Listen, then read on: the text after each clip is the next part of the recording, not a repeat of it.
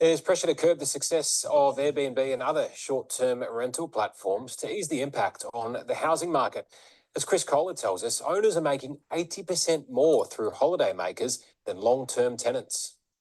Here in the Dalesford area, there are 25 long-term rentals available, but more than 1,000 short-term rentals.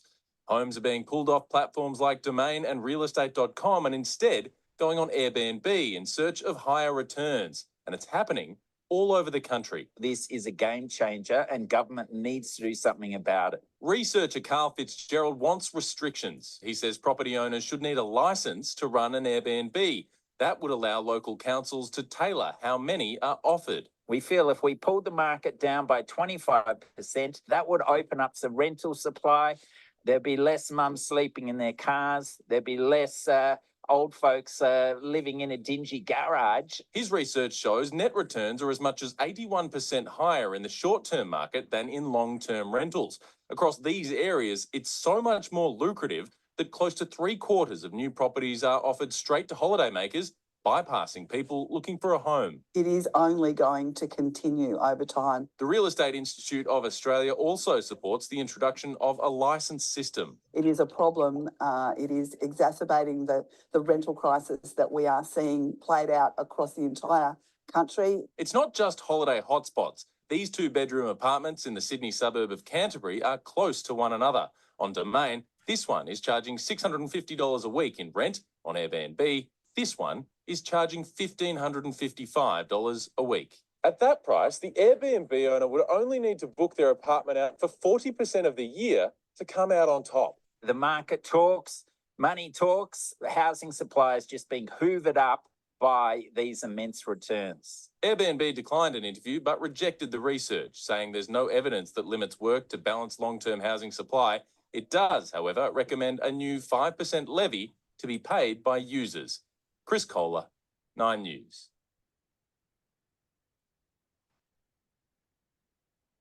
Hello, welcome everyone to the webinar. Thank you so much for joining today. I'd like to begin by acknowledging the traditional custodians of the land that we're all dialing in from today. I'm coming to you from the land of the Bunurong people in Naarm, Melbourne, and I'd like to pay my respects to their elders, past and present. Thanks everyone for joining. We will get started in a moment. My name is Alex Stott and I'm the Vice Chair at Grounded Community Land Trust Advocacy. I work with Karl Fitzgerald, who is also on the call and who will be running today's information session about our recently released report on Airbnbs, which is super exciting and I hope you've all had a chance to read. If not, we're here today to answer all your questions. We're recording this session as well, just so you know, so we'll be able to send that out afterwards and you can share with all your friends. And I wanted to start by thanking all the very generous donations that have come through from Laura Hodgson, Ange Ballard, Thomas Walker, Stacey Kirtley, River Maury, Adam Fawcett, Sharon Redmond, and Vasco Drozinski. Thank you so much for your support and thanks for joining the webinar. We'll get started. I'm going to hand it over to Karl Fitzgerald to give us an overview. Thanks, Karl.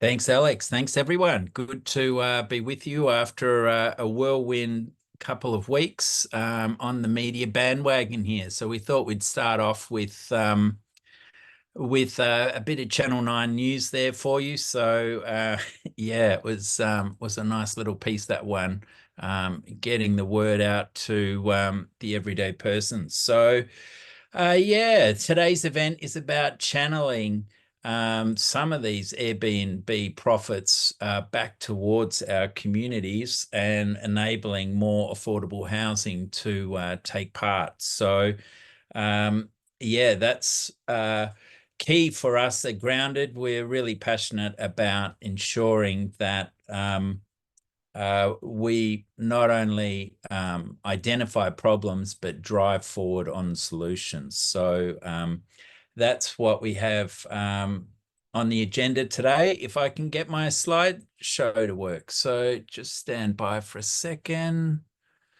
It was all going so well before I came on here. Okay, that must be it. Okay. Alex, is that looking better?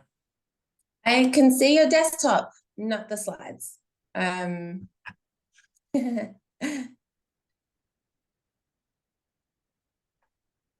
Okay, here we go. Let's try it this way.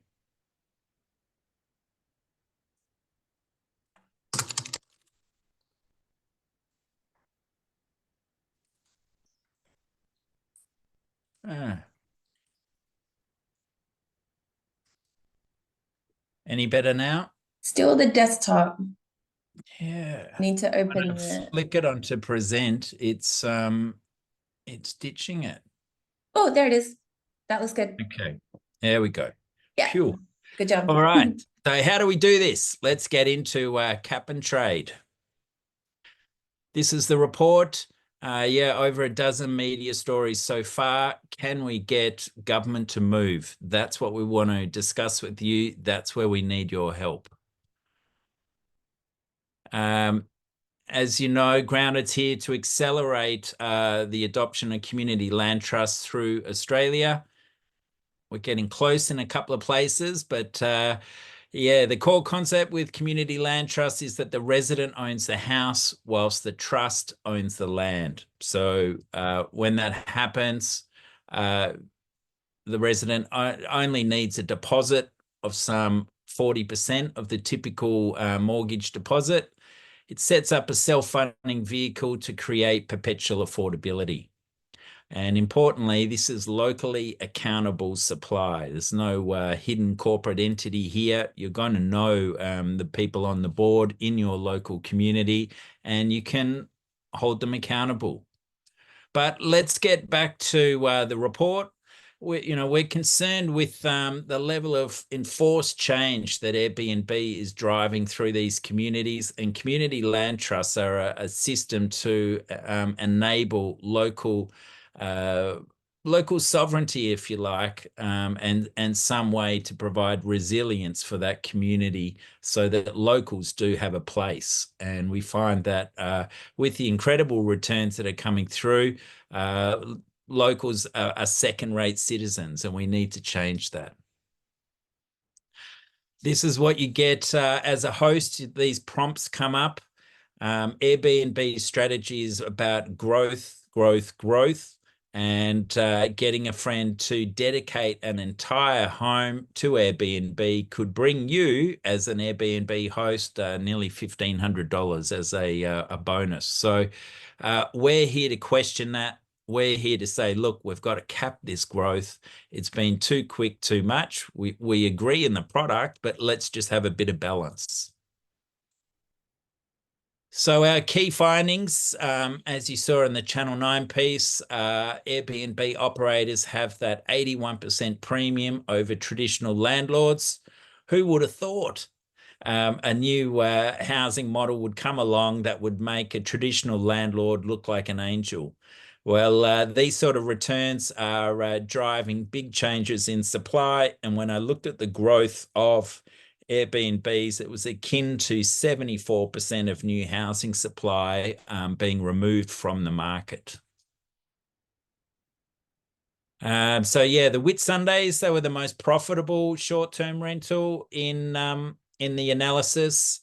Quite scary in Noosa Heads and Apollo Bay that there were twice as many short-term rentals as long-term rentals, and Warburton had the biggest loss of traditional rental properties. So there's a looming stoush. It's been very interesting meeting more and more Airbnb groups around the country, neighbours, not strangers, some of the groups through the tentacles through that group. There's a lot of ardent community members who are really concerned about this growth and wanting to ensure that there's a place for their community to live first, so that those tourist attractors that bring people into those communities are maintained. So yeah, just reiterating those key data points, that 81% higher premiums led to virtually 74% of the new housing supply disappearing. And this year we have 219,100 Airbnb listings. What will it be at next year? That's the key point. So how did it look? You would have seen this chart out of the report comparing long-term to short-term rentals. And you can see that Byron Bay, Noosa Heads and the Whitsundays had some of the biggest disparities in that on that chart. This graph here is a little bit harder to sort of pick up on, but I was trying to show what the current concentration of Airbnbs are to long-term rentals versus the growth. So it's sort of a stocks and flows analysis to the growth of Airbnb over the last year. And so that green line represents the short-term rental averaged over a decade as a percentage share of new supply, whereas the brown bar graph looks at the total number of Airbnbs to long-term rentals. So you can see in places like Port Douglas in particular, there's an emerging trend there that the new supply is heading towards short-term rentals, and this is really going to get worse there. Similar in Hobart and the Whitsundays. This is another way to look at that graph. Basically, we can see here in the Mornington Peninsula, they do have a very healthy new supply line coming through. Airbnb as a percentage of long-term rental market was pretty small. But as we see in the press regularly, even with that small influence of Airbnb there, the council are pulling their hair out. There's all sorts of tent cities popping up along the foreshore, and you know, my thoughts go out to anyone who's living in a tent right now, the peak of winter, whilst Airbnb owners are pulling in a fortune. How much are they pulling in Mornington? Yeah, it's about $36,000 per site there. So it's a nice little earner if you can get it, but what about the social costs? That's what we're talking about here, the negative externalities of this commodification of property that continues unabounded. So when we added up the profitability of the Airbnbs alongside the new supply share going to Airbnbs and the concentration of Airbnbs to long-term rentals, a combination of those 3 points gave us this graph, which I think is a pretty interesting way to look at the impact of short-term rentals on a community. And, you know, I must point out that Warburton, whilst they're through the roof there compared to other communities, that is exacerbated by the fact that they are surrounded by a forest and really can't expand their supply of new dwellings. And I suppose in a way that means it's even more of an imperative that they do keep an eye on the growth of short-term rentals. And I imagine that sort of trend would be relevant throughout similar sort of communities in Australia where these rental returns, short-term rental returns are so much more superior. Councils there need to be vigilant, and goodness me, developers, property investors have so many algorithms running. I really would hope that the National Housing Supply Council and local councils had even half of what's going on for the big boys in property. So the report had some conservatism throughout it. We only looked at active listings, and Yeah, it was, basically I looked in Brisbane, talking to a councillor up on the Sunshine Coast yesterday, and Brisbane had 40% inactive listings. Maroochydore had 63% up there. So it's quite common to see a lot of inactive listings, and they're listings that are only rented out partially, and they're the ones that the cap and trade system is really targeting. The AirDNA listings were more conservative than Airbnb, as you can see there. And of course, when comparing the returns that a traditional landowner, a traditional investor could receive, we used realestate.com.au data, which is the latest market rents, often quite a lot higher than what the Valuer General's rental data would reveal. So yeah, it just sort of showing that we tried to enact some sort of conservatism, even though these were pretty hairy sort of numbers that were coming through. So what surprised me about the report? Well, I thought that the impact on the rental market might be more pronounced. Yeah, it was only, a few percent reduction. We'll see it in another slide. Yeah, for all the talk about Byron Bay, it showed that there, of the 12 localities I selected, Byron Bay wasn't in that top 5. So it sort of reflects just how much of Australia is under pressure. And yeah, I was impressed that the Whitsunday Islands, which has the most profitable short-term rentals, still had a rental market. Yeah, the new housing supply there was only 49%, 49.7% of new housing supply was taken up by short-term rentals, or the equivalent of it was. So that was very interesting to see. And I think the concentration of short-term rentals there was also pretty small as well. So it was only 24%, so still quite reasonable. So here we have the rental supply change. We can see Warburton there has been hammered. Noosa, Hobart, Port Douglas, excuse me. But on the flip side, Fremantle has done well. Their rental supply has actually increased over time. So yeah, the changes throughout communities, but some good stories and some bad. So it's not all bad throughout Australia, but with a housing crisis we have, we don't need another runaway train that government's not looking at. So let's see what we can do to raise this issue further.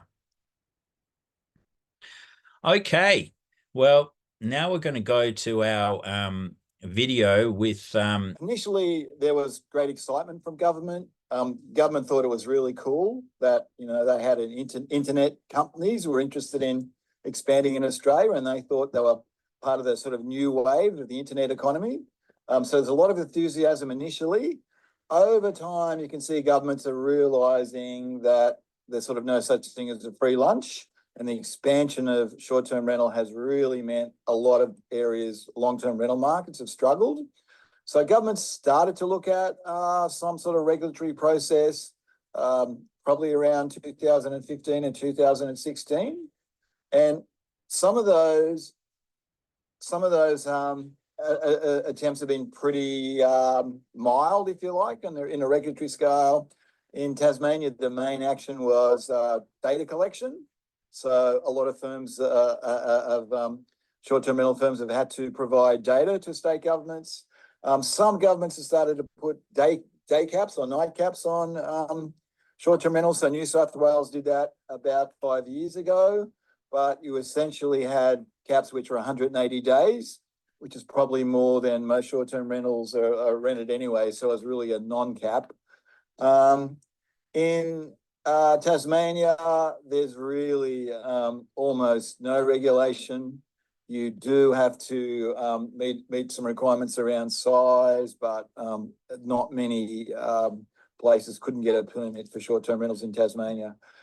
More recently, governments have looked like they might be more interested. Western Australia now requires you in Perth to put a development application in.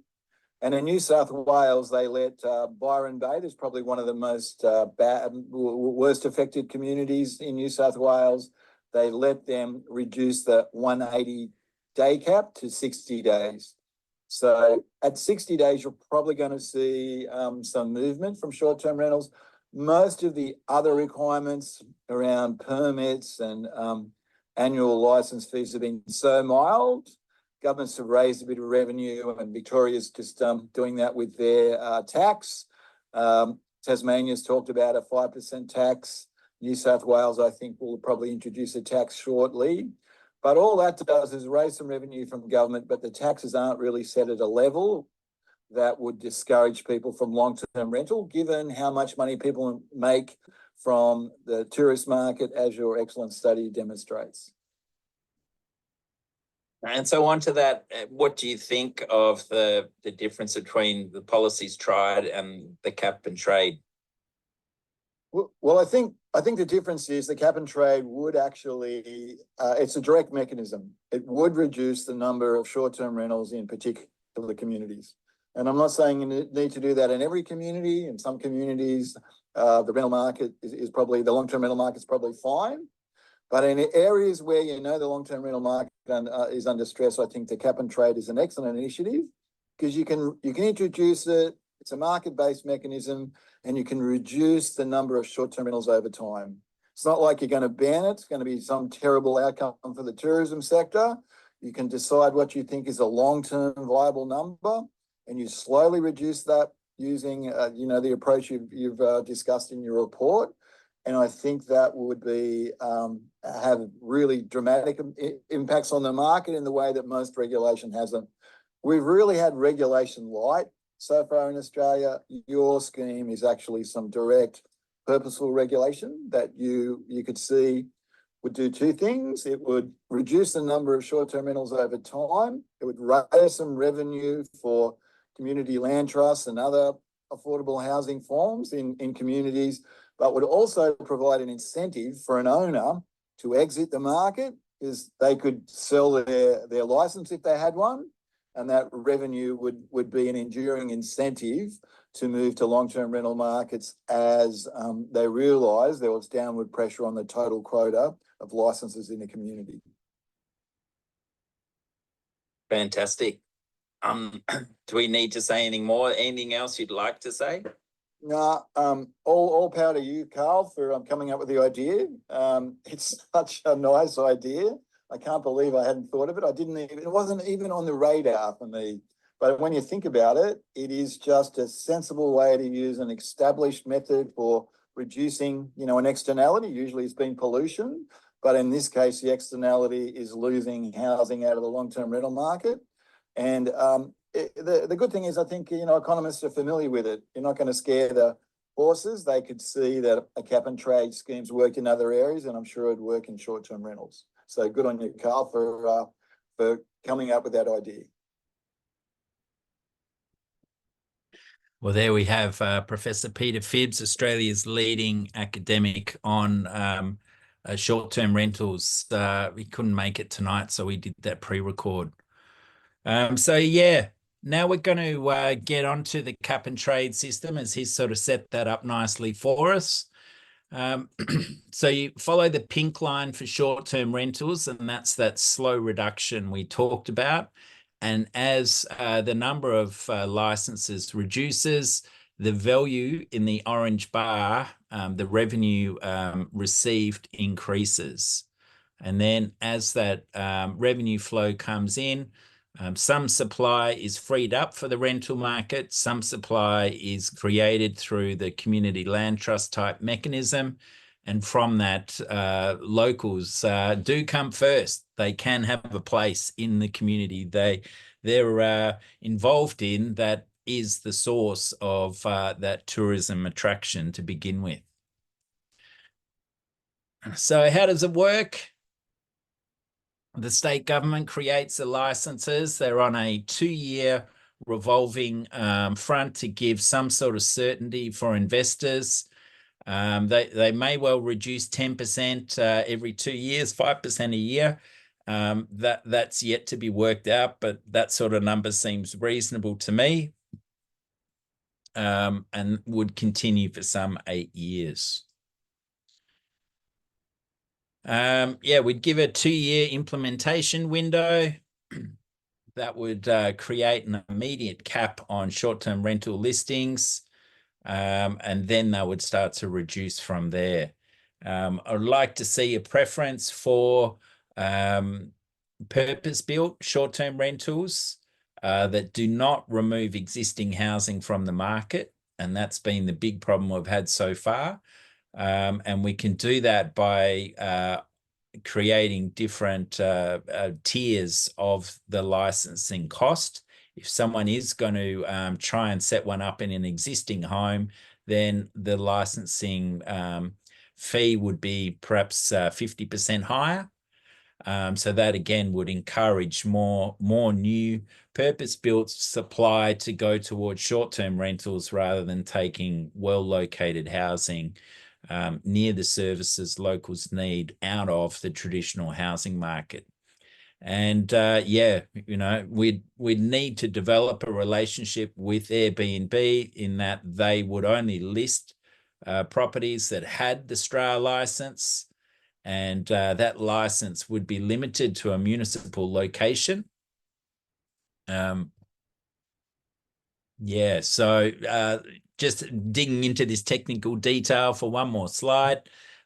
Each license is tied to the location, trying to remove sort of speculators coming into the market and pushing prices higher. We want to keep this somewhat stable, and you know that sort of speculative prowess is not something we need anywhere in housing, even in Airbnb licensing.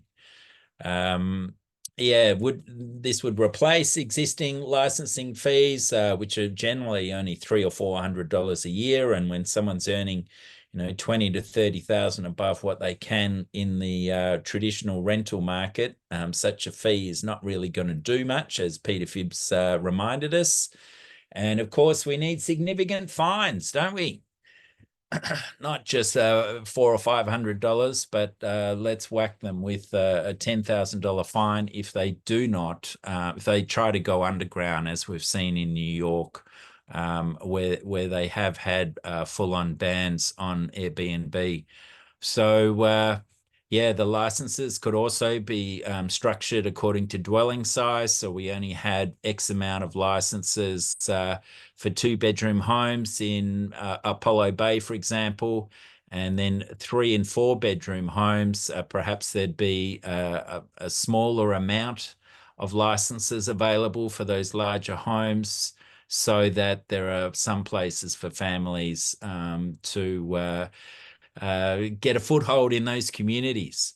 So yeah, there's some of the sort of technical thinking that's sitting behind this licensing system, and yeah, I'm certainly going to be keen to hear your questions and comments when we open up the floor to that pretty soon. So yeah, how did it look like in terms of the economic rent, the super profit loss per community? And so what we're talking about, again, Mornington had the largest number of dwellings in our study, and the differential between what the traditional renter could earn and the short-term operator was earning was 36,000, and so multiplied over the thousands of sites in Mornington. That's why the loss was so great there. Yeah, so Whitsundays had the most profitable, but Mornington Peninsula had the most number of sites in the study. And then if we took it down to a per dwelling analysis, we can see that in the Whitsunday Islands, I think it was about $83,000 that short-term rental operators were pulling in, over and above a 35% cost reduction on their earnings. Noosa Heads, 80,000, Byron Bay, 60, 70 odd thousand they were at. Yeah, so there's significant numbers here. And of course, the question is, how can we bring this to people's attention so that, whilst the property orientated news cycle may talk in scaremongering kind of terms, when we look at what they'd be paying back to the community, it's comparatively quite small. So, yeah, in table format here, let's look at Hepburn. There's a 1,000 odd short-term rentals there. Council could be claiming $13.3 million from them at the halfway point of this licensing, which would mean that each Airbnb operator was paying $12,500. So that's not where it would start in the first year. It would start off around about $3,000 and then increase over time. In some areas, that licensing fee may jump. It will just depend on the demand. And that's what we're talking about here, are the opportunity costs. Wow, I'm in the Whitsunday Islands. I could pull in a gross $102,000 a year, or I could rent out in, to the long-term rental market and pull in $25,000 a year. Well, obviously, that licensing fee at $30 odd thousand, there's still going to be at least $50,000 ahead of what they could earn in the long-term rental market. And so that's the beauty of the cap and trade system, is that it allows the market to determine how much they will pay for a license, and from that allows the market to sort of reorientate resources according to its own internal drivers. We just need to make sure that we set the system up well to begin with, and from there, it's going to be one ride, that's for sure, to see how this all works out. So, okay, on to the last section of the presentation, and then we'll get into questions. So the good old question, what happens with the revenue? So, yeah, the report talks about, these 12,000 sites we studied delivering $33.6 million in super profits every year.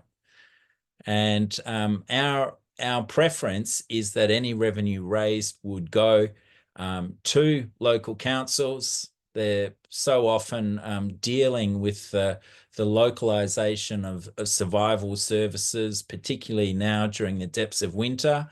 And with all the vertical fiscal imbalance that's gone on, state and feds have handballed down so many issues through the failure of the housing market. And just how bad is the housing market that we can barely look after middle-class Australians now? Key workers can barely find a home. And we're told all we need is more urban sprawl. I better not get too carried away on that. So this is what the CLT can do, is that, imagine you're able to buy a home. Oh, that's the old slide. Yeah, it should be purchased at 40% of market value. That's the purchase of the house, and then a lease is paid for the land back to the trust. And when the house is sold, there's a profit share arrangement between the trust and the residential owner. And through those two streams of the resale formula and the land lease fee, funds go to pay down the project costs. And then after about 15 odd years, those project costs will be paid down, and this quite lucrative funding stream can go to funding more affordable housing over time. And the big bonus of the community land trust model compared to other shared equity models is that it does keep a cap on prices at resale. And so the resale price is limited to the growth in median incomes, so that we finally get a portion of the housing market where prices relate to the reality of our wages. And we feel that that pressure point is just feeding through to so many elements of society now. And of course it's been minimized with this term cost of living crisis. Well, really it's the cost of land crisis. And until we can deal with problems at source, we're going to require middle-class welfare through family tax payments and so forth. Okay, so imagine what we could do if we could hold land in trust for generations. What sort of trees could we plant? What sort of community resources could be built so that we could look after each other over time? And yes, this is the key point. Our freedom is defined by access to affordable shelter. All right, Alex, there we go. Amazing job, Karl. Thank you for that wonderful overview of the report and also how the cap and trade could potentially work. That's awesome. We've got a few questions from the audience, which is great. First question is, what has the response been to the proposed cap and trade system from local councils, particularly those listed as hotspots in the report? Okay, sorry, I was reading another one. It wasn't the one you read. I will repeat that. Okay, I see it down there. Now I see Yeah. the Stacey one. That's the one. Yeah, well, I think the report has caused some controversy in some areas. But yeah, local councils are still getting their head around it. And all of a sudden, instead of sorry, I've got a cough coming up, I can tell. Yes, Karl, we've got basically, we've set the scene and we're hoping to get a pilot project up and running. We're trying to identify state governments that might be willing to show some leadership, because what I've found is, because of the federal government's drive for these 1.2 million homes to be built over the next 5 years, local councils have been flat chat trying to develop new structure plans for development. So they haven't got much headroom.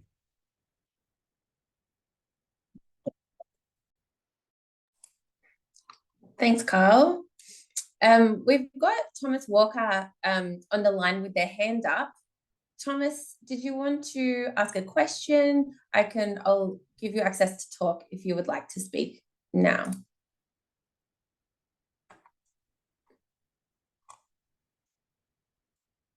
Oh, no.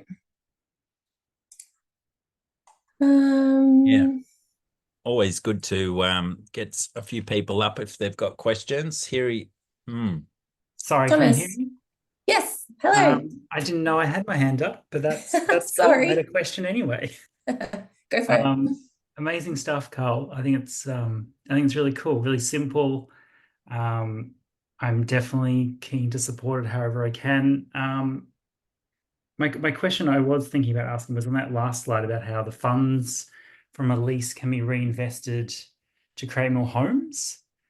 Is there an opportunity to use some of those funds to invest in other community infrastructure like childcare or education or libraries or food co-ops, just to try Like, it seems like an amazing source of revenue, whether it's the Airbnb levy or the lease charges, to try and address some of this fiscal imbalance that we have in Australia, where we rely on the federal government so much for funding to try and take back a bit of control in our local communities. Yeah, certainly. It will be a valuable source of income.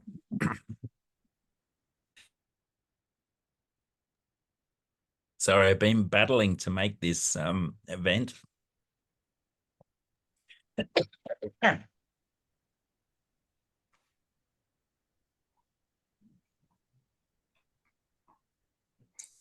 You're doing good, Karl. Take a moment if you need.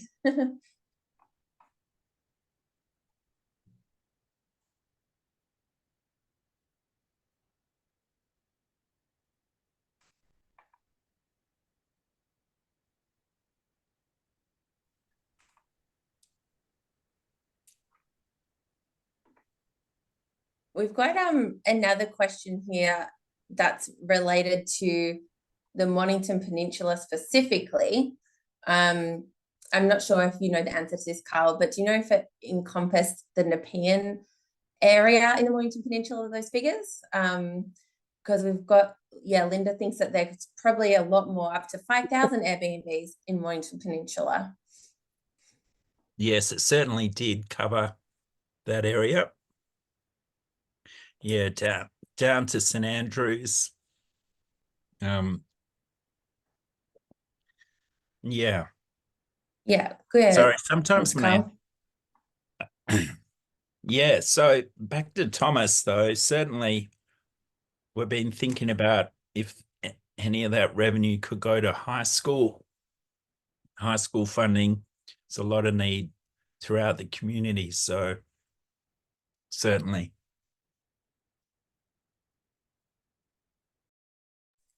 Excellent. Thanks, Karl. We've got a question here. Is there a differential arrangement for primary versus secondary Airbnbs?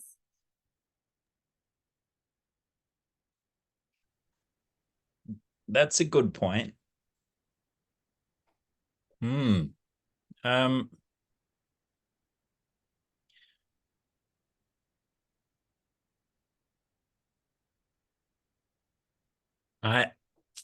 We've talked about existing dwellings near town centres, but I haven't picked up on that point. So that's a good one.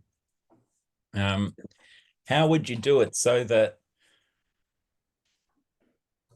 could you explain maybe quickly what the difference between primary and secondary would mean in this case?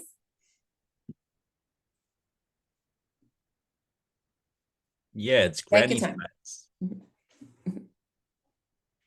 And I do mention in the report concerns that the granny flat revolution could go straight to short-term rentals. So yeah, maybe that differential would be at 20% rather than 50%. Yeah, great. Thanks, Karl. Another question. Have you thought about binding the availability of short-term rental licensing to the size of the social housing wait list, effectively creating an incentive for those seeking licenses to first increase affordable housing supply? Wow, that is a very interesting point. Yeah, I probably wouldn't link it to social housing. Yeah, the whole aim is that we're trying to let the market work this out themselves. Yeah, but it'll be very interesting to see as community land trusts grow that that they can provide more social housing. Oh my God, I thought I could get away with this having a cold all week. Been feeling Karl, you're doing great. We really appreciate you doing this in your current state, but thank you. Any other questions I can see? Yeah, we do have a couple of councillors on the call. Love to hear their feedback if they wanted to. Oh yeah, Graham Costin, would you have a question or feedback?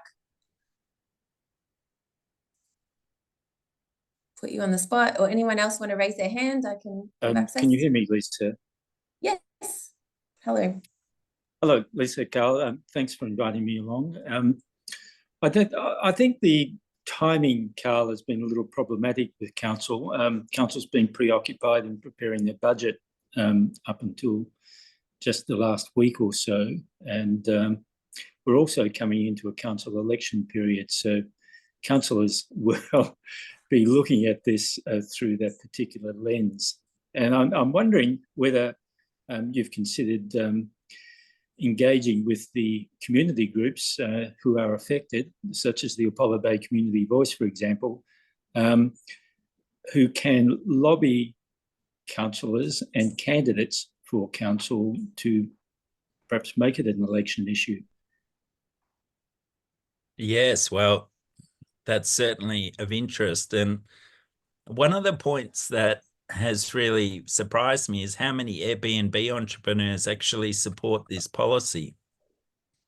Because, you know, Barcelona's just lost their, you know, the whole industry, and it feels like that sort of tenor is building. And the 60-day cap is going to wipe out quite a bit of the industry when that comes into play in Byron Bay this September, October. So,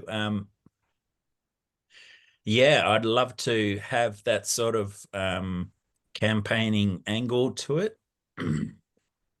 And we have been speaking to a few Airbnb entrepreneurs about funding such a campaign. So, yeah, we'll see what happens. Thanks, Carl. That's Councillor Graham Costin, who launched Australia's first key worker and affordable key worker affordable housing crisis, I think it was. Graham, was there anything else in the report that jumped out to you? Carl, I think it's a great report. It's congratulations on putting this concept forward. It will help some of the, if it's adopted, it will help some of the things which are happening at the moment. We are having 8-bedroom homes being purpose-built in residential areas, for example, as purpose-built Airbnbs, and we have limited planning control over those. It would also help inform our update of the structure plan for Apollo Bay, where one of the concerns that local residents do have is holiday makers coming down and moving in next door and just keeping different hours and having different sort of views on the quiet enjoyment of the neighbourhood as locals do. Yes, and I think it's really interesting what the Whitsundays are talking about in creating a region, you know, a corner of their town for short-term rental operators. But it's also, whilst it has some of those sort of amenity issues that certainly seem viable, the problem is it would hand a huge windfall to other landowners who perhaps weren't considering it. What sort of planning sort of elements have you been thinking of in that kind of world? How do you actually make a commercial property viable in a residential area? But for a start, we don't want commercial type properties in residential areas, but it has proved to be viable because it operates without the usual controls and taxes and fees, as do the commercial operators. It's becoming a concern in the neighbourhood, but we do need to control the short-term rentals because we have an ageing population. There are plenty of houses. We had 2,800 vacant houses at the last census, which means that they're not owner occupied, they're holiday houses or investment properties. It's hard to get a handle on which are investment or not. But it's not a shortage of houses we have, it's how they're used. Yes. Yes, and Apollo Bay with twice as many short-term rentals to long-term. You can't let that grow much more. You really need a cap there, don't you?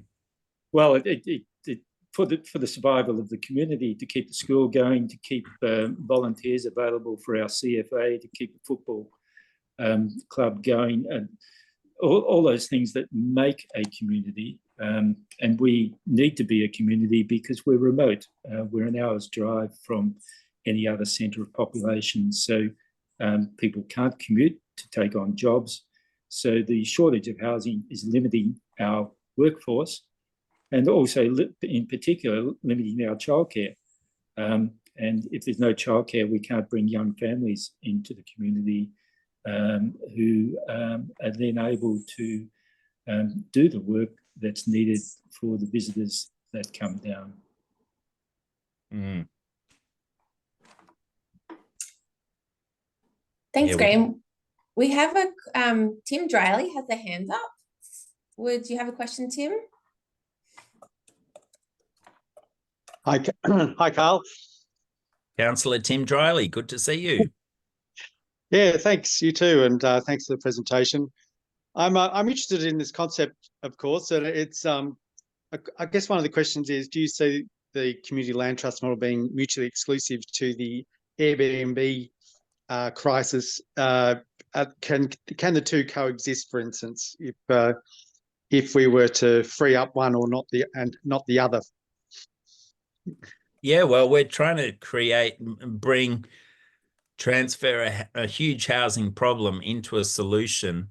And that's the beauty of the cap and trade, is that it encourages those inactive Airbnbs, of which in Hepburnshire, I think Vasco asked a similar question, another Hepburn resident. G'day, Vasco. And he asked that what's the difference? Well, I think there's 300 inactive Airbnbs, which is about a third of the rental market.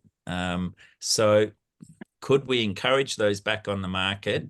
So the operators who aren't earning much are forced onto the market through the licensing system. But then the operators who are doing well pay the revenue that funds for a vehicle like the Community Land Trust to get up and running. So, it works on both sides, and that's the beauty of the cap and trade system. Right. And if, for instance, do you see that there is a way forward with the current system for councils to initiate certain measures without, if the state government's not willing to budge on the 7%? Yeah, well, I've heard a rumour that the 7.5% levy Victoria is proposing is not going to get through. The Greens are not backing it. It's not a rumour. I've actually met with the Greens and they told me that. So, yeah, that one, Spring Street should be looking for another alternative. But I'm not sure they're willing to do anything more in the property sector with the poll results of recent. So we'll have to keep trying. But yeah, I met with a councillor from the Sunshine Coast recently, and he said you should try and identify a priority development area, such as Maroochydore, where the state government could implement this in a set location and really see how well it could work. So that seems like a pretty rational sort of step forward. I'm not sure Victoria has that sort of development planning outside of special precincts like Fisherman's Bend, but yeah, certainly good food for thought there. Thank you.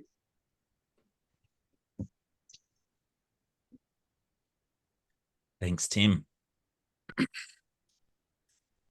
I noticed Vasco had a second part to his question. What criteria would be set for purpose-built STRs?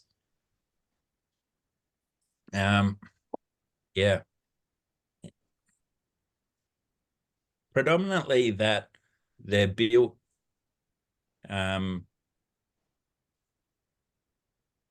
outside of the primary CBD area, and I'm thinking of regional towns here, but I do think I need to do more work in that space.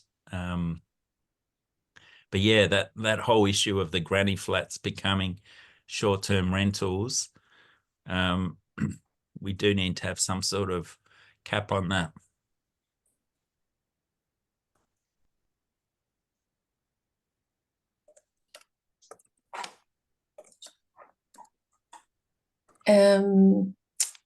Carl, there's a question here, like, yeah, do you have any idea like why the Greens don't support that, or any thoughts on that?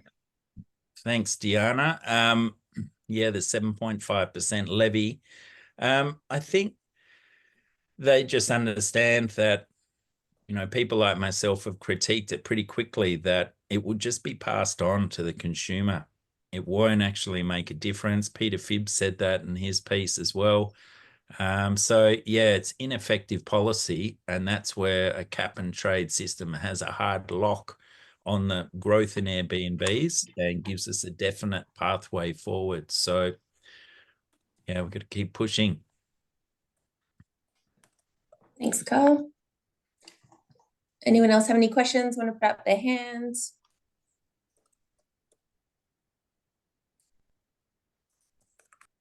No. All good. If there's no further questions, we could give Carl's voice a bit of a rest.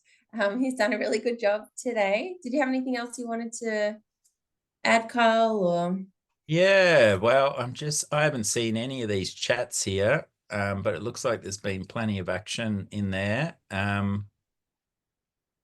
Yeah, but you know, some of the Airbnb activists I've met have been some of the most frustrated housing activists I've met in 20 years. So we've got to give them hope. It must be so frustrating to see your community being pulled, you know, the rug pulled out from under you. So yeah, hopefully this Airbnb cap can help to create some hope in housing. And I feel like that's one of the biggest problems we have, is that you know, we've seen the environmental movement be very particular and very focused and very effective in their campaigning strategies. And in housing, we don't really do protests. We've never really had many NGOs that have had serious funding and serious resourcing to actually put that hard press on government. So that's what we need to move towards. And yeah, you know, the alternative has been to try and get something like a community land trust up and running so that people can actually touch the advantages of more affordable housing, that's not just for one generation of owners, but it's set in place for the next 100, 200 years worth of residents. And that's the great advantage of a long-term trust, is that it's established with that long-term trajectory, and hopefully it attracts more philanthropic funding and has the ability to expand the base of affordable housing over time. So Chris Sedgman asks, where to from here? Yeah, we will be doing another report. I'd love to hear feedback on towns we should have covered. Perhaps we're going to automate this a bit better and capture the data in a more streamlined manner. 12,000 units was a pretty large sample size, but it certainly would, you know, with 10.5 million homes, 2.8 million rental homes, yeah, and 220 odd thousand Airbnbs. Let's hope they don't keep expanding in size and we can sort of pull it back. Yeah, did I see someone put a hand up before? No. We have a good question from Catherine. How can people on this webinar help drive this initiative and support Grounded? What can we do? Yeah, good call. Well, that would be about sending the report with perhaps a link to the explainer document, which has some of those more technical issues highlighted that this presentation covered. And certainly trying to get a foot in the door. I'm available to make presentations to council, and I can tailor the information to particular councils pretty easily. It's not too hard to access that sort of data. But yeah, Airbnb is just driving so much change through communities. How do we add that resilience there so that people feel there's a hope for them? And I just feel that that lack of hope is coming through on so many fronts. And from mental health onwards, these young kids that are coming through, they need help. Housing older women had an event up in Brisbane today, and they're trying to make moves in this sort of direction as well. So we need to try and help people realize that they can have agency within housing. For so often it's felt like you can write submission after submission to government and not actually get anywhere. But the crisis is at such a level now that if we present rational proposals that come at least cost for government, and that's one of the other points of this report. In Victoria, the government's giving away $800 million a year to stamp duty discounts for first home buyers. That's only making the problem worse. Meanwhile, Housing Australia had applications open for the 30,000 dwellings they were going to fund this year, and there was more than 50,000 units worth of applications. So the cost of housing is so immense that if we can use these underutilized sites better, it will be attractive to government. So that's what we have to push. And I see Kaz is talking about integrating this to vacant dwelling action. Vacant property tax is happening. Yeah, well, you'll have to delve back into my past research history and the speculative vacancies reports through Prosper Australia that I pioneered. And, that's one of 3 taxes I've helped change in Victoria. So that vacant residential land tax is going to have a big difference.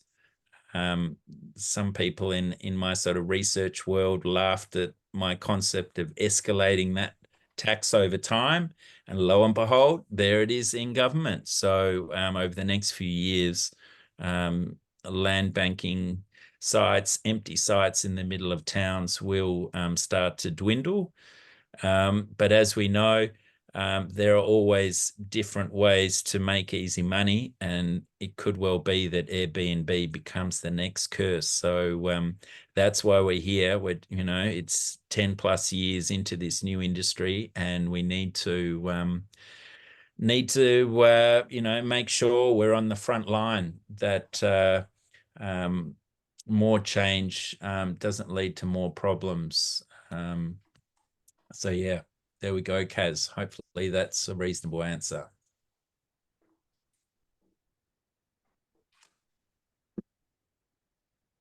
Hooray for vacant property tax, says Ange. Well, there you go. That's great. Got to be a tax geek in this world, unfortunately. But yeah, thanks everyone. Thanks, Alex. Been a good session. I got my coughing fit out of the way, and now I'm okay.